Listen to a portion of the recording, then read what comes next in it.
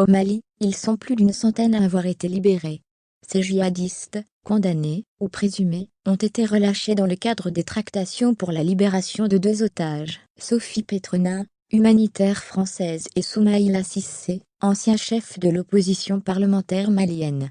Selon l'information a été confirmée par l'un des acteurs de la médiation, ainsi que par un responsable des services de sécurité maliens. Ce dernier a précisé que les djihadistes prisonniers avaient été acheminés par avion, puis laissés libres dans le secteur de Niono, au centre du pays, et dans la région de Thessalie, au nord. L'enlèvement de Sophie Petronin, aujourd'hui âgée de 75 ans, date du 24 décembre 2016. Elle a été emmenée par des hommes armés, alors qu'elle se trouvait à Gao, dans le nord du Mali, là où elle dirigeait depuis des années une organisation d'aide à l'enfance. Elle est apparue pour la dernière fois, dans une vidéo diffusée en juin 2018 par le groupe de soutien à l'islam et aux musulmans GSIM, lié à Al-Qaïda. Faisant appel à Emmanuel Macron, l'humanitaire semblait fatigué et éprouvé. Il faut être prudent. Dans une autre séquence révélée en novembre 2018, ses ravisseurs ont assuré que l'état de santé de la Française s'était dégradé. Sophie Petronin n'apparaît pas sur ces dernières images, mais, en mars dernier, ses proches ont indiqué que le gouvernement français disposait d'une preuve de vie.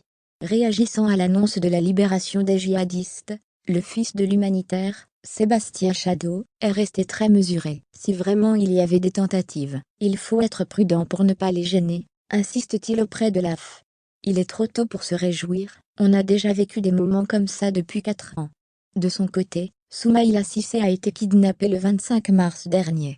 Il était alors en campagne pour les élections législatives maliennes, dans son fief électoral de Niafounké, dans la région de Tombouctou.